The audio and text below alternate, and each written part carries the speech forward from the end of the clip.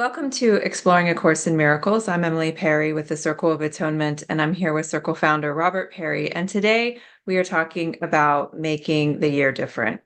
The Course says it wants us to really, quote, make this year different. But as usual, it has its own ideas about how we do that. And so our plan for today is to give you two pictures of how the Course wants us to view the new year, one from the text and one from the workbook, and talk about how to really incorporate these pictures into our lives. Before we do that, though, I should mention that the new year is, of course, a natural time to rededicate to your spiritual practice. And if this is the year that you want to begin or complete A Course in Miracles, or if you want to go through it again with friends, then we hope that you'll join us in Course Companions. Course Companions is the Circle's membership community where we walk you through the entire course, every section and lesson from beginning to end, through commentaries, live events, and community support, so that you not only understand what the course says, but you also understand how to apply it to your life. As you may know, we are also starting off the new year with the 28-day forgiveness challenge, where every day Robert and I will take you through a different component of forgiveness in the course, with daily teaching and exercises combined with community discussion and your own forgiveness journal. The forgiveness challenge is free to Course Companions members, and you can join the program for just $20 a month at coursecompanions.com. And if you cannot join for reasons of financial hardship, just send an email to info@circleofa.org, and we'll be happy to offer you a full or partial scholarship, because no one is turned away from Circle programming for an inability to pay. So, Robert, just getting back to the topic at hand here, we have said before that the course is interested in the new year. It has particular teachings on it that we are going to get into, but just zooming out a bit, the big goal of the course is to get us to change our perception, to become more loving, more kind, more forgiving, etc. And the course's way of getting us to change our perception is through a specific structure of how we spend our time. And there's a really interesting paradox here, because on one hand, we're told that time doesn't ultimately exist. And on the other, we're asked to dedicate a lot of time to the goal of truth and to the goal of God. And so for our purposes today, where do we see the course using time as a tool for our spiritual development? And how are we supposed to think about time as students of this path? Hmm. Well, there's sort of the official times where the course asks us to do something, and then there's its overall approach to time, where the whole experience within time is meant to be used so that time doesn't just get wasted and repeat itself. So that's the big picture. We use time for our awakening rather than wasting it and just letting the same old things repeat and repeat. But more specifically, the course is really into dedicating blocks of time to God. And we see that all over. We see it especially in the workbook, but not only there. So we dedicate our practice periods basically to God, to progress on the path to truth. And that includes, practicing on the top of the hour and such. But we also use our practice periods to dedicate like the day to God, or dedicate the hour. We start the hour in a certain way and we end the hour in a certain way. So there's just different places, and I'm not exhausting the list here, where we not only use certain chunks of time, but we also dedicate whole periods like the hour and like the day to our awakening to God. So I mentioned in the introduction that there are two pictures of the new year that we want to highlight, one from the text and one from the workbook. And these pictures are very different. And yet there is a similar through line that runs through both of them. And so what we'd like to do now is to briefly walk through those two pictures and talk about how they apply to our lives.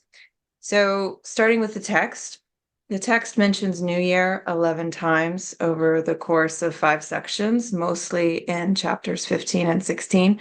And some of the New Year's material in the text was actually taken down on New Year's Day.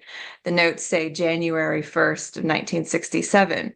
And Robert, you've said that this material on the New Year seems to be addressing Helen specifically, meaning it is addressing something that has happened in her life. So, what has happened in her life, and how does that connect with the new year? Yeah, well, bear in mind that this whole unfoldment with the course, where she's gone from being, what she called a militant atheist to having all these spiritual occurrences happen in her life and the course start to come through her, that goes back to 1965. So we're talking like a year and a half since all that happened. And what's said about the new year, and this is primarily in chapter 16, section 2, the power of holiness. What's said clearly has those developments in mind. So the basic idea that you see in these references is that the Holy Spirit has shown up in her life um, in various ways. There are witnesses, evidence of his presence. And it's not just that the Holy Spirit has shown up, it's that his way has shown up in her life. So there's just several versions of this. One of the things is that he has been doing miracles through her, meaning he's been giving expressions of love through her to others. And those miracles are the witnesses that he's really there, because by herself, this wouldn't be happening. The results, this section says, have been to bring peace where there was pain, and suffering has disappeared to be replaced by joy. It also says that she has heard him speak, and that his interpretations, presumably of the events in her life, have brought her joy. The section says, whenever you have listened to his interpretation, the results have brought you joy. It says that the Holy Spirit has solved problems for her. Whenever she's given him a problem, he's solved it. And very significantly, it talks about the Holy Spirit giving her ideas to practice. And that's clearly a reference to the Course itself. Um, and the notion is that when those ideas have been used by her, they've proven their power. There's a really great line that says, they have already proved their power sufficiently for you to place your faith in them and not in their denial. And as we'll see, that word denial is important. Quite a list of ways in which the Holy Spirit has shown up in Helen's life. And her reaction to all of that is in keeping with what we know of her, which is to say that she goes into a form of denial. So the Holy Spirit has shown up in her life in a very big way right before her eyes. He has all of these witnesses to his presence in her life that you've just described. And yet her response is that she basically refuses to let that in. And many people know that one of my favorite stories about Helen is that after listening to a student recount all of his adventures going around the world, Helen said to him, "That's fascinating. Nothing interesting ever happens to me."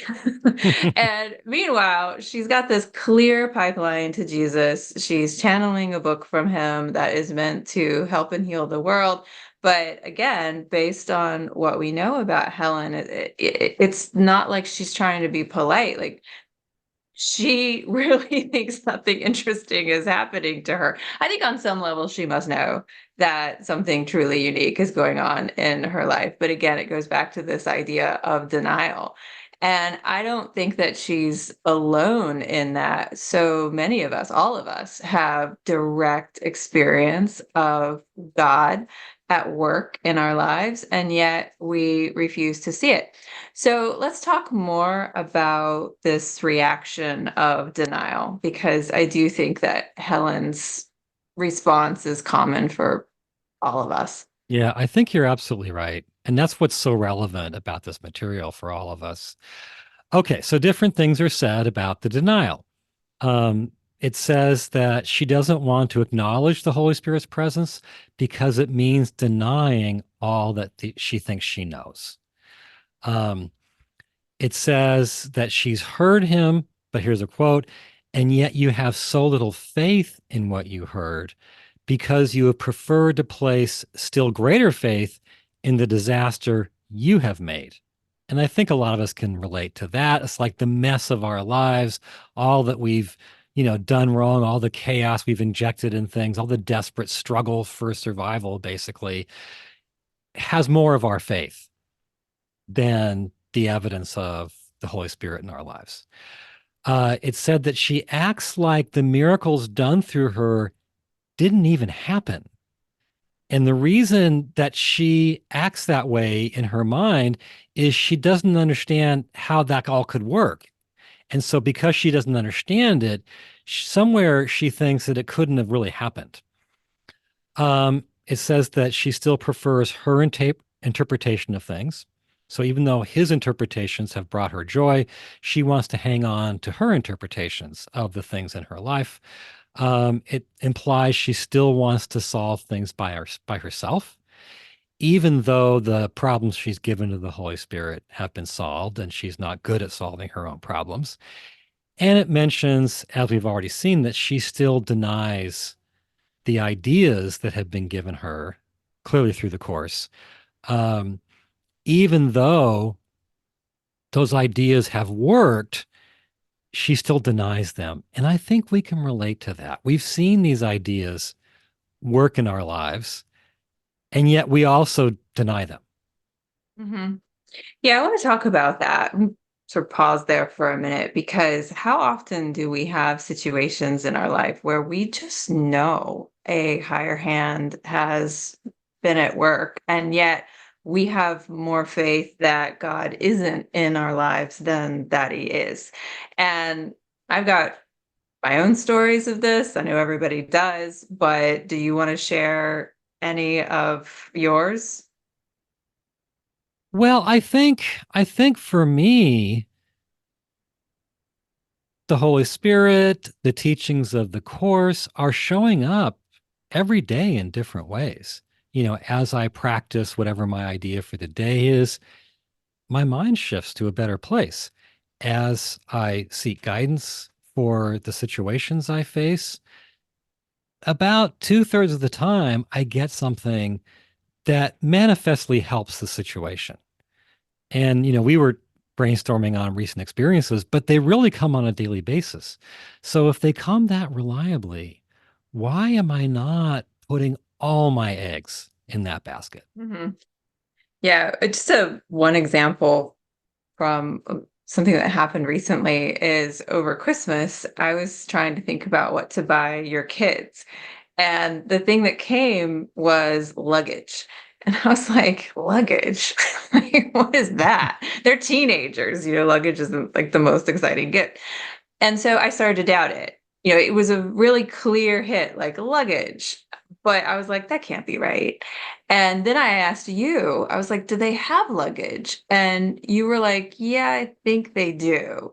But it wouldn't leave me alone. It was like, get these kids luggage. And so I was like, all right, well, I'll listen to it. But at the same time, I'm doubting it. And I'm not telling you that it's actually feeling like guidance, because if it's wrong, I don't want you to be thinking, well, your guidance is unreliable. So I was like, all right, well, I'm getting this head of luggage. And so I buy them luggage. And sure enough, they need luggage. They are Yeah. both talking about going on trips this summer and that kind of thing. And as it turns out, they didn't have luggage like you thought. So it worked out. But it was one of those situations where the whole time I'm clearly getting this hit, but I'm thinking, this can't be right. This can't be right. But I Yeah. follow it, but in my mind, I'm doubting it. Yeah. Well, that's been like a week ago. Actually a week ago today. I'm thinking about guidance you got yesterday. And without giving any details, you have a friend who is facing a major life fork in the road with potentially huge consequences for either direction. And, your friend asked you for help and you sought the guidance and you're thinking like, well, is this what my friend wants to hear? Because it wasn't. Well, but then once you sent the guidance off, the response you got back was, I'm thinking the same thing. Yeah, I'm getting the same thing. Yeah. Yeah. So, that was just like the luggage, where you're thinking not so much questioning the guidance, but questioning how helpful it would actually be for the person it was for. I'm thinking of the ways in which something bigger is going on here than our eyes can see, and we don't put our full faith in it. But there have also been like really big things that have happened. And for me, one of the biggest that stands out is, and I know people who've been at the circle have heard this story a few times, but I'm still kind of amazed and dumbfounded at the fact that a couple of years ago, when I was literally sitting in bed, tears pouring because our developer had not only for the app, our developer had said that he not only wasn't going to be able to complete the job, but that we would have to pay him for the work that we couldn't use. And so while I'm sitting there, sort of taking in the weight of that, I get an email from a developer who's like, hey, I think you need an app. And here's the list of things that I could do. And they were the exact requirements that we needed. And then went on to say, and I just think this app needs to exist in the world. So I'm willing to work on it for free. That was Peter. I mean, subsequently we've ended up paying Peter, but at the time we didn't have the money because we'd given it to this other guy. And so I just think like there's so many examples like that where you just have some incredible thing that happened and wow, this has got at work. And yet we still kind of like Helen, don't let ourselves take that message all the way in and say, God really is here in big and small ways. Why don't I put more faith in that? Absolutely. Yeah, and I'm thinking about all the experiences I've had, for instance, with applying forgiveness in relationships and feeling brought to a more sane, loving, constructive place. So why wouldn't I just completely forgive everyone? Why is each new forgiveness challenge a new decision? Why aren't they all decided? Well, you just said it with Helen. I think we like to feel like we have control, and turning it all over is a loss of that control. And so it's easier to tell ourselves that it doesn't work than to take in the full weight of what it would mean to say, God's at work in my life and all that that entails. So I know we're just kind of getting back on track here. The solution for Helen and for all of us is to get out of that denial, to just again let it in that God is here. He's working in our lives through the Holy Spirit. We have all kinds of witnesses to that effect. But that's easier said than done, right? Just get out of the denial. So, how are we supposed to do that? How do we get out of this denial that God's at work in our lives? Well, I think there's a few things to say about that. On just the general level, Helen needs to face the reality of what's happening to her. She needs to face that the Holy Spirit is really here and that his way works. So his presence is in her life. He's working through her to give miracles to others that manifestly help them. He's solving her problems when she gives them to him. He's giving her ideas that when she applies them work. She needs to face all that and face that her way doesn't work. She does not really solve her problems. She causes disaster in her life. Her interpretation of things do not bring her joy.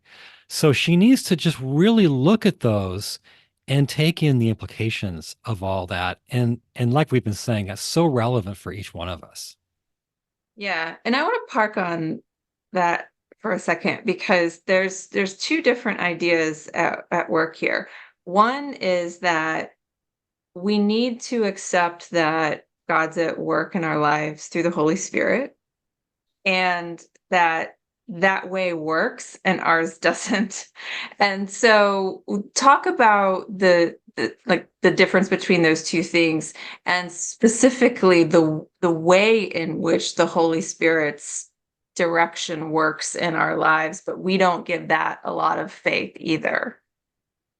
Well, I think it's curious because what I've seen is that, and I think a lot in terms of how the ideas, when I put them into practice through the workbook practice, they really do work. And I feel like something in my mind doesn't want to take in the track record. Like the ideas, they shift my mind to a better, happier, more peaceful, more sane, more cooperative, everything place. But I want each new moment, I want my options to be open, right? Weird. Like, what's In going each on new, there? Like, we I know it works, and yet we're like, no thanks, I'll do it my way. I think there's something self-destructive inside of us, which the course calls the ego, and it does not want to take in the learning, the results. It's very strange though, and it's very impractical. It's like imagine if you were in some more kind of concrete thing, like if you were a car mechanic or a doctor, and you saw something as a doctor, you saw something work with your patients again and again and again and again and again. Yet every time a new patient seems to need it, you're thinking, well, maybe I'll prescribe that, but maybe not. That it's not practical. It's not sane. Mhm. Yeah, I think that's a good thing for us to admit to ourselves that we each have an ego. The ego is self-destructive. It's going to want to have its way over and above the Holy Spirit's way. And we just need to kind of face that, like admit it. Like this is what's going on. And just bringing that into consciousness allows us to make a different choice. Yeah. Yeah. The facing of it is everything. And then, of course, the idea is we face it and we make the new year about what we've faced as true.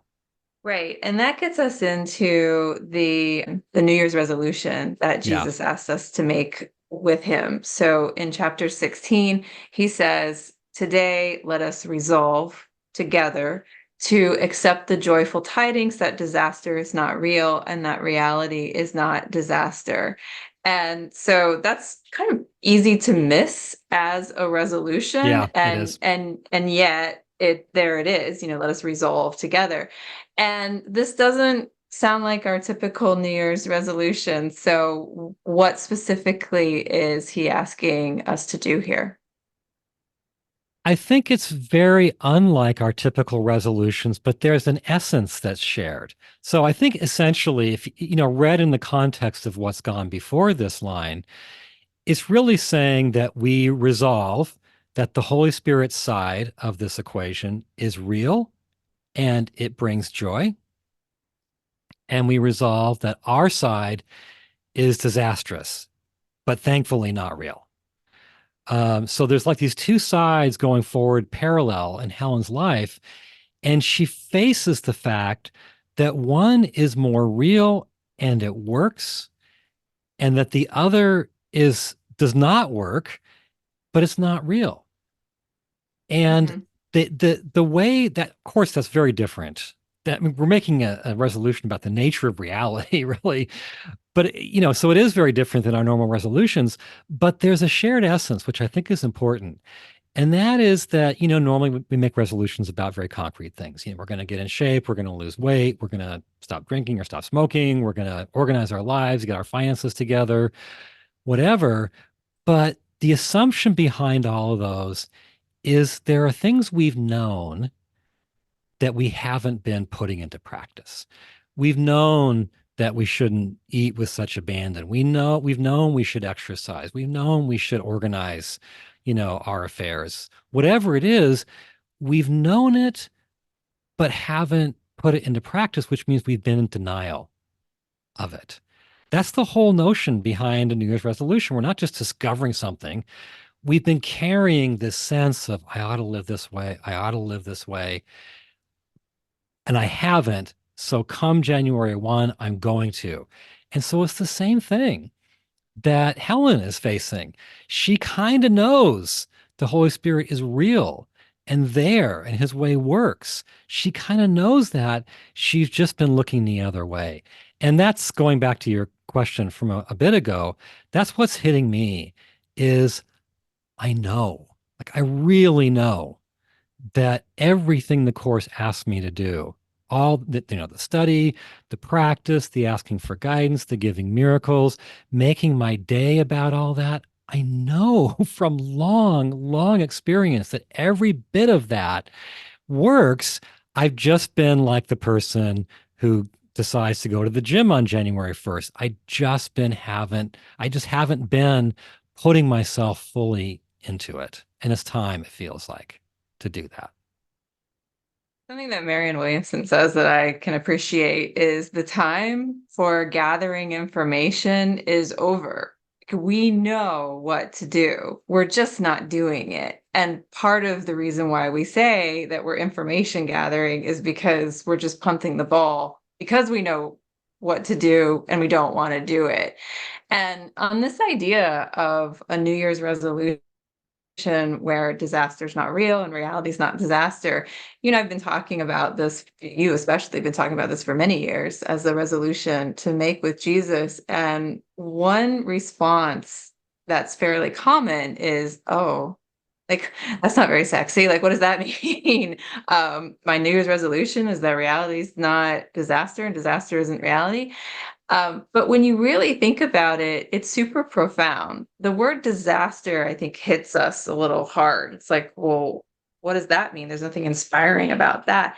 And then we look at our lives and the messes that we make in them, and we look at the world and we think, oh, we're perfectly capable of disaster. And so this resolution is helpful in the sense of it grounds us and orients us in a new version of reality. And if you can have that new version of reality, then you apply it to everything that you see. And that becomes the new way in which you go through the world. Can you say more about that idea in relation to this as a New Year's resolution? Well, I think that this could take many forms depending upon the individual. Like we don't have to, for each one of us, say, okay, my resolution is that disaster is not real and reality is not disaster. My resolution ideally is some form of, okay, I acknowledge this is real and this is what works. And then the way I apply that acknowledgement is going to be individual. But I think starting with, like when you decide to go to the gym, you're basically saying, I get that for the sake of my health and vitality and longevity and all of that, you know, I can't just sit in the couch all day. I've got to exercise. This is the same thing. I acknowledge whatever my resistance is, I acknowledge this is real and this is what works. And then, what your version of going to the gym will be is individual. But just starting with that acknowledgement, I think is the whole foundation. And there are some great quotes in the section we've been focusing on, chapter 16, section 2, that basically ask you to just have that starting acknowledgement for your year. So I just wanted to read a few of those. One of them says, this year, determine not to deny what has been given you by God to use for him. Like we've been denying it, what's been given us by God. Another one, this is my favorite, says this is the year for the application of the ideas that have been given you. For the ideas are mighty forces. I love that. The ideas are mighty forces to be used and not held idly by. So notice again, he's like, you know, they're real, but you've been holding them idly by. It's time to use them. And then finally, I think this is right near the very last line of the section. It says, this year, invest in truth and let it work in peace. So if you change the language, you could keep some of the essence of this, and it could be talking about losing weight or going to the gym. He's just applying that same idea of you haven't been doing what you know to the biggest of all issues. Hmm. Yeah. So just to recap the text picture of the new year, the basic idea is that Jesus wants Helen and all of us to make the new year about what we've been denying, meaning we've been denying that the Holy Spirit is at work in our lives and denying that his way works and ours doesn't. And again, that's just a picture that's relevant for all of us. And that's essentially what he means by this year we resolve that disaster isn't real and reality isn't disaster. Like we need to accept that the Holy Spirit's present at work in our lives and that his way is what's going to work for us in the end. And that's huge. If we really face that, and obviously we have different, you know, degrees of experience. Like Helen has some spectacular things happen in her life that we would love to have. But to some degree, I think we know that. And if we really acknowledge whatever we really know, what our experience has proved to us, it'd be life changing. Yeah. Well, it goes back to that idea that the time for information gathering is over. We know what to do. We know that the Holy Spirit is here. We know that his way works. Stop denying it and start living from that place? I think for me, the difference would be, as I've kind of alluded to a few times, not going into each moment thinking my options are open. Like, will it be the Holy Spirit or will it be the ego? You and I came upon this philosophy about relationships sometime in this past year, and this couple basically had this rule, and the rule was zero negativity, right? It wasn't like we're going to in each moment decide if we're going to allow some negativity in the space between us. It was just zero negativity. It's a prior commitment. And I feel like to really acknowledge what we're talking about, for me, it means a prior commitment to zero ego, right? It's the commitment ahead of time is to forgiveness, it's to love, it's to God, it's to what's real, rather than leaving the options open. That makes a lot of sense. And we would go through life completely differently if we had conviction and faith that this is real and it works.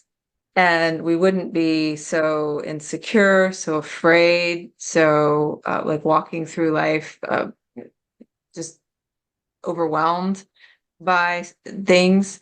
We would walk through life with the confidence and assurance that this works. And that's a whole different orientation to things, isn't it?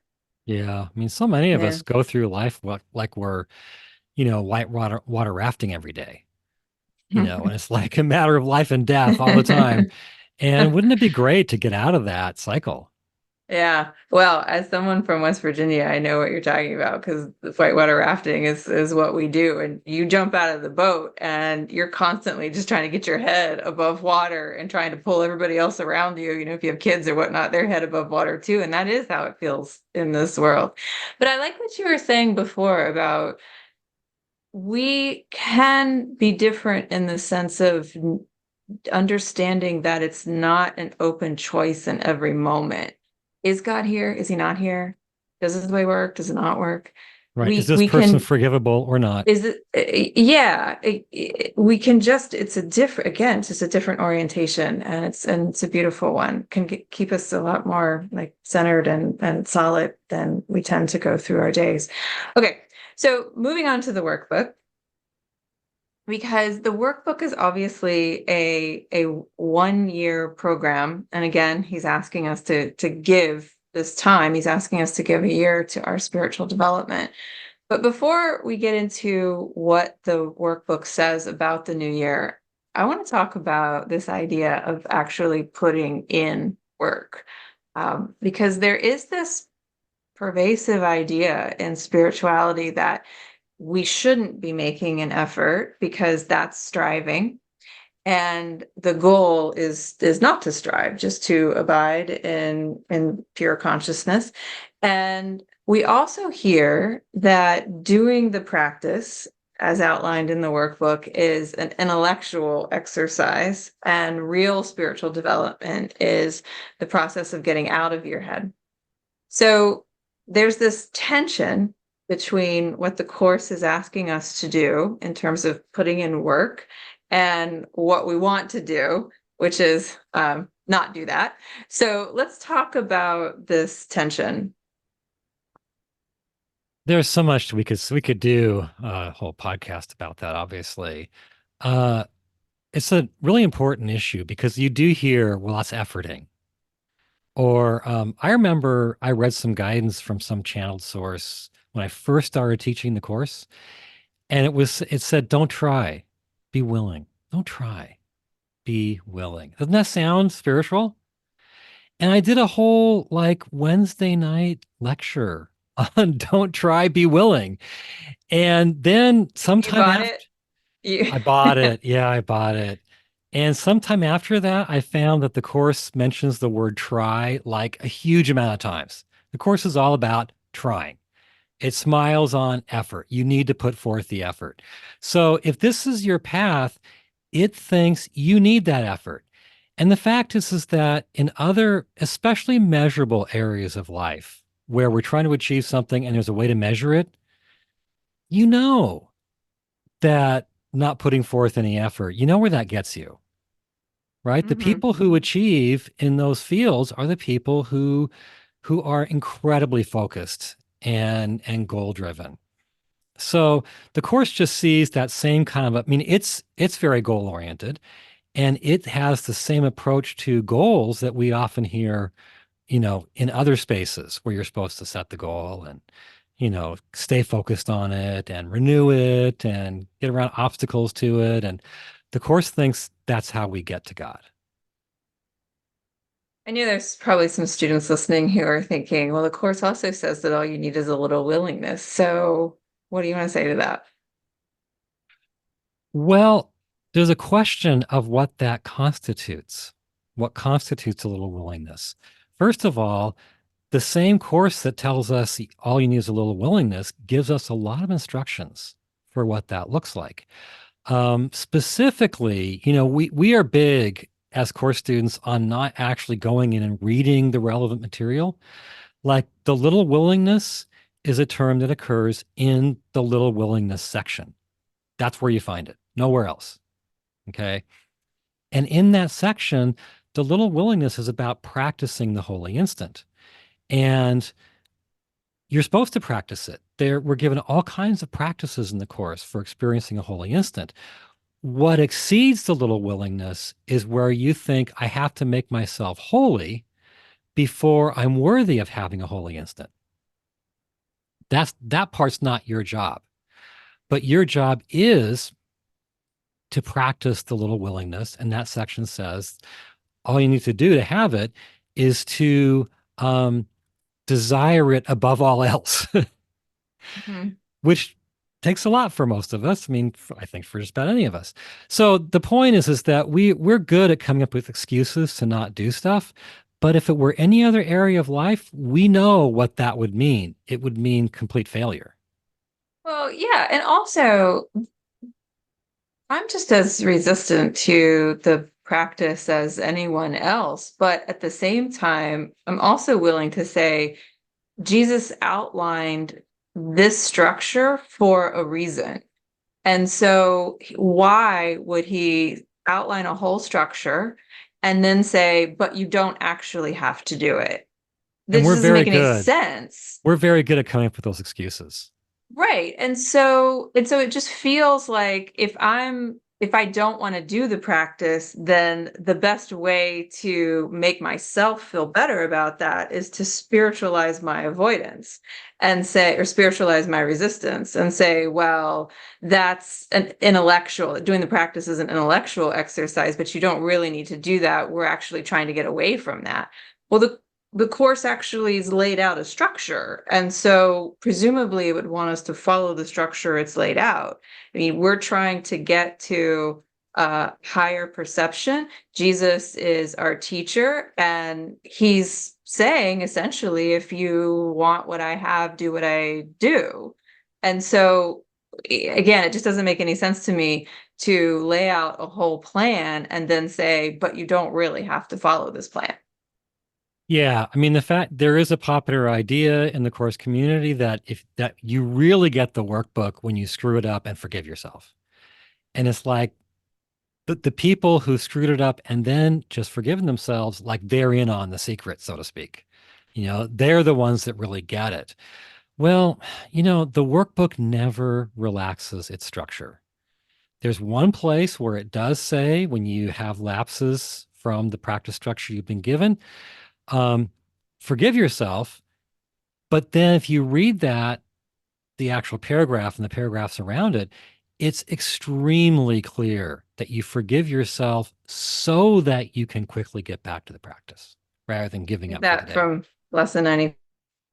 Yeah, 95. Yeah. So the workbook never relaxes its structure. And the fact is, those practices work. And every tradition around the world that's shooting for high spiritual development has a huge focus on practice. So we are like Helen from that picture in the text. We're in denial.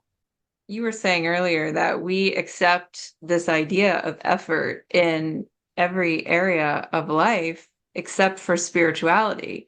So if I want to transform my body, I know I have to get in the gym and put in the reps. And why is it different if I want to transform my attitude?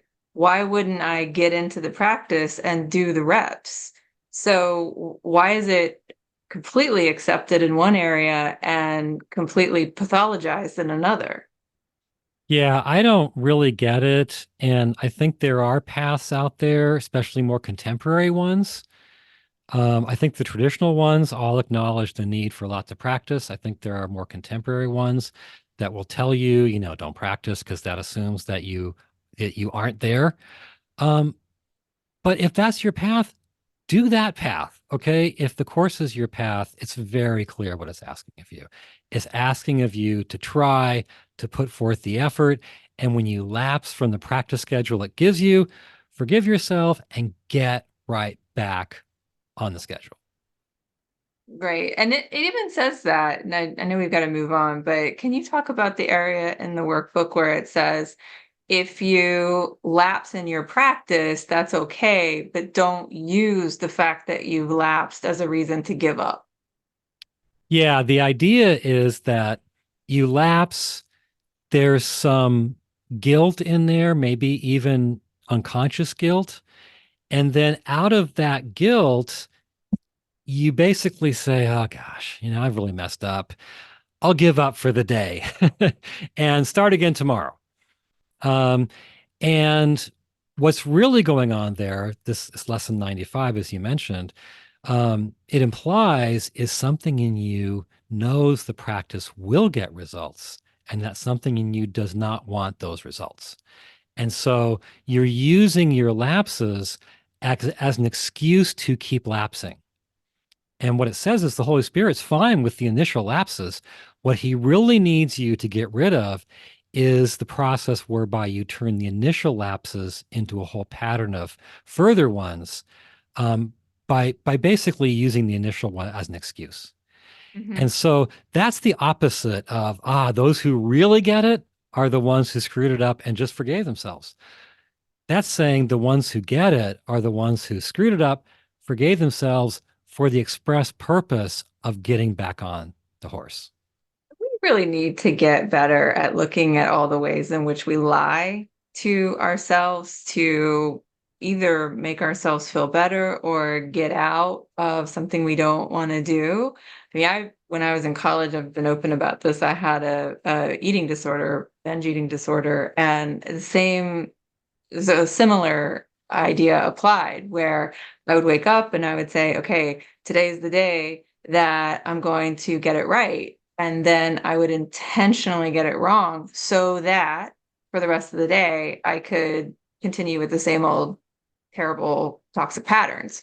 And so we just need to like get honest. Like you're get honest with the ways in which we're telling ourselves a story that is keeping us stuck and keeping us in cycles that aren't serving. So, And that's kind of part of what New Year's resolutions are all about, isn't it?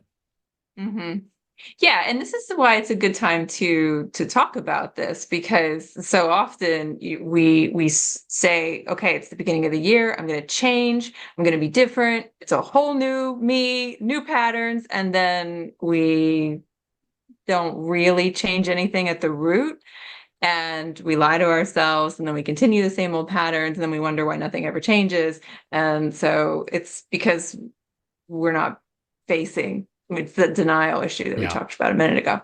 Yeah. Okay. So the just continuing on with the workbook has some really beautiful language around the idea of year, which it mentions 6 times. And the workbook again is focused on a year. It's 365 lessons, 365 days. It calls the time spent a holy year. And there's even a really beautiful line towards the end of the workbook that says, this one year we gave to God. And that's such a beautiful image, giving the year to God. And we've talked about what the workbook is asking us to do in a year and the practice that is required. If we make that effort, what will happen? How will our lives be different, and what is the workbook bringing us towards? Well, it's hard to pinpoint it because the workbook is promising everything. It's just promising everything that we want. It's promising happiness and joy, freedom from fear, peace. There's that great lesson, forgiveness offers everything I want, which says that it offers us peace, safety, certainty of purpose, a sense of worth and beauty that transcends the world. And the workbook, if you look at the lessons carefully, they're full of promises of what will come from the practice. So a couple that come to my mind, in lesson 193, it says, and the words being talked about are forgive and you will see this differently. And it says, these are words which give you power over all events which seem to have been given power over you. Now, the notion of feeling a sense of power over all events that seem to have power over us, that's like everyone's chasing that dream, right? Um, lesson 273 says, perhaps we are now ready for a day of undisturbed tranquility. If this is not yet feasible, we are content and even more than satisfied to learn how such a day can be achieved. So, days of undisturbed tranquility, like who doesn't want that?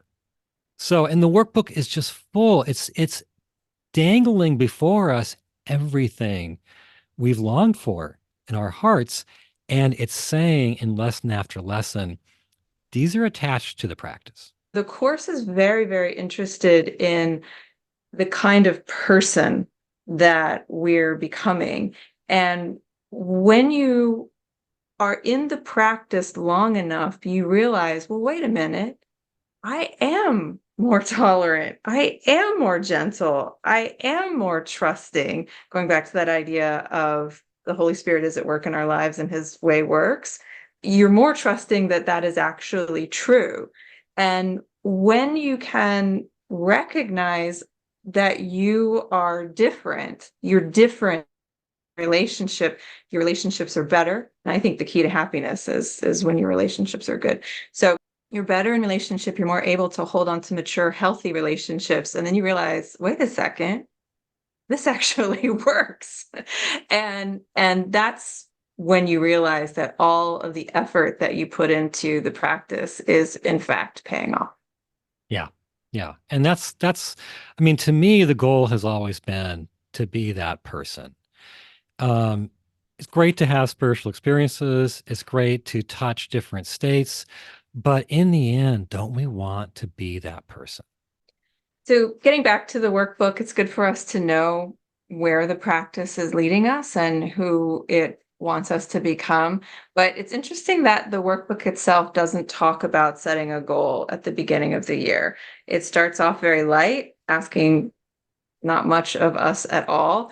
And rather than kind of trying to draw us in by making promises and setting intentions, the workbook hopes to draw us in through us experiencing the benefits of the practice. So let's talk about that idea. Yeah, it's a very interesting approach to the year because students don't generally recognize this, but the workbook is wanting us to give more, to go deeper, to be more dedicated, more really into the practice the further we get into the year. And in keeping with that, it starts talking about the year, what kind of year, how we should approach this year after the year is like mostly over. So once you're into like the eighth month of the year, it says, and so we start upon the final part of this one holy year, which we have spent together, meaning us and Jesus, in the search for truth and God. Now, there's nothing like that language at the start of the workbook. Like, this is a holy year. We're going to spend it together and search for truth and God. But that's how it starts talking as we have rounded the corner and we're heading towards the end of the year. So, towards that very end, he says, we will not end this year without the gift our Father promised to his Holy Son. So we're supposed to have this dedication. I am not going to end this year without that gift that was promised me. So there's much more of a sense of there is a goal. I'm pursuing this goal. I'm determined to reach the goal. There's much more of that at the end of the year. So we Mhm. start slow without a lot of commitment, no real sense of goal, but then we get more goal oriented, more dedicated as the year progresses and nears the end. And that gift, like, not going to end until we have the gift that's promised us. That gift is everything that we were Right. talking about earlier. It's peace and tranquility and all of it. It's God. That's It's how it's God. mainly taught. It's God. It's eternity. I mean, we're really swinging for the fences here, and no one's going to reach that in the year, but we're meant to go for it anyway. But it is interesting that our typical approach to the new year and to goals in general is to start off really strong, really big, lots of intense focus, and then peter out. And the slow burn as opposed to our typical flash in the pan approach. So, do you want to talk about that? Yeah, I think that really says it because we do have a flash in the pan approach to the new year. We start strong, we make resolution or resolutions and begin going after them, but then we start to lose steam pretty fast. I've lost steam sometimes, like by the end of week one. And then by the time you hit December, you often can't remember what resolution you made. So that's the flash in the pan approach. And then the slow burn approach is what we see in the workbook. We ease in, we're not really setting any goals, we're not putting in a lot of effort, but the value of this pulls us in more and more and more. And so we finish the year strong. And in the workbook, we finish with deeper practice, determined to reach our goal. We're joining with Jesus in his purpose. I mean, the workbook talks like we are just completely there after that really light start. And so I'm thinking like, if I have to choose between my typical flash in the pan approach to a New Year's resolution or to dedicating the year to God and his slow burn approach, I mean, who wouldn't want the second one? Mhm. Well, I love the idea that he's trying to keep us engaged by seeing the benefits as we go through. And for anyone who's thinking, well, this workbook isn't working for me, or I'm not really seeing any benefits, then there's two things. How much effort are you really putting in? And maybe more is going on than you see on the surface. Because if you are handling triggers differently, if you're handling situations more wisely, then that's how you know it's working. Yeah. Yeah. I think that, you know, he does act like we're gaining more than we think we are, but he's counting on us really doing the practice. And I think for most students of A Course in Miracles, the thought is I'll read the lesson in the morning. There's that practice period it tells me to do first thing, and then I'll re-engage tomorrow morning. And that's not Right. how the workbook really is designed. Okay. So I think we made the point that the workbook requires work and what to do when you face the resistance. But just kind of wrapping up here, what do we get if we put these two pictures from the text and the workbook of the new year together? What are we supposed to be thinking about that picture, both of those pictures for our lives? I like both of those pictures together. So it's a good question. I feel I really relate to the text picture where I've seen the evidence that this is real, this works. I'm going to face that and set some goals and some structure at the beginning of the year to make my year about that. I love that idea. And I think surely we can relate to the idea. But I also it's daunting, but I love the workbook's approach too, where you may not start so strong, but you finish like incredibly strong.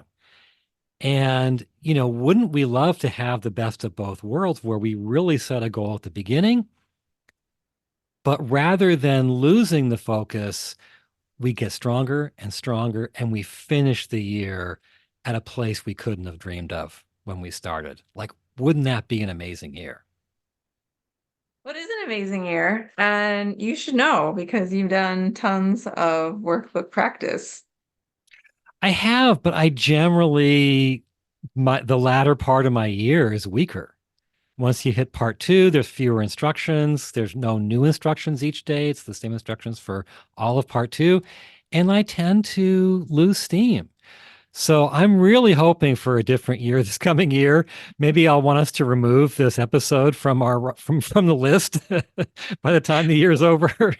Well, having been through the workbook with you over the last few years, I can attest to the final lessons where you do the same lesson for the final 5 days of the year. You're like, I've done it, done that lesson. Yeah, I don't like Uh, doing the same lessons for 5 days in a row. yeah. All right. Well, let's talk about what we're doing for the new year because, and I think this is relevant because the workbook, as we've been saying, makes it easy to know what to do. There's a structure, there's practice instructions, it tells you how frequently to practice and whatnot. But for anyone who's in the text, it's a little different and it's harder to know what to do. So, talk about how someone who's in the text should approach each day of their practice.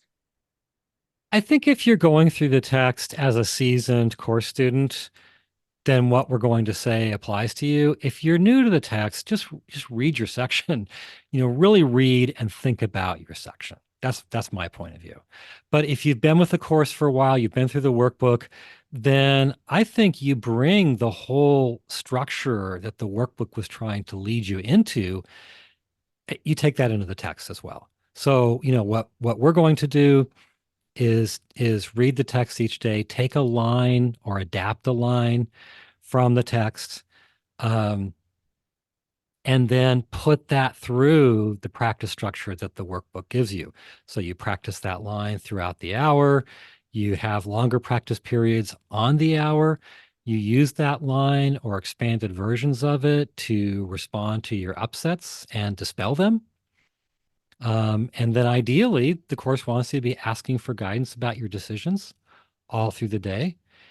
And it wants you to uh, be using all of that as a basis for being a real miracle worker, meaning your day is about expressions of love to other people.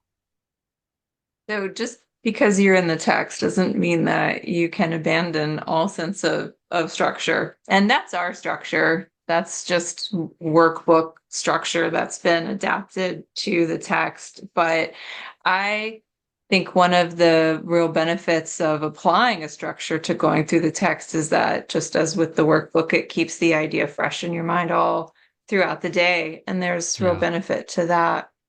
Yeah, and we should just to round it out, we should mention the morning and evening quiet time, which is the main emphasis for that is meditation in the course. And, before we close, I'll say that about every year at some point, oftentimes at the beginning of the year, I just get on fire about living out that whole structure. And this past year, we had some great times. We did the three habits, especially the response to temptation month and the guidance month were unforgettable for me. And so I'm starting this new year thinking I have to have this structure be the absolute new normal for me Yeah. in 2024. So we'll see what happens.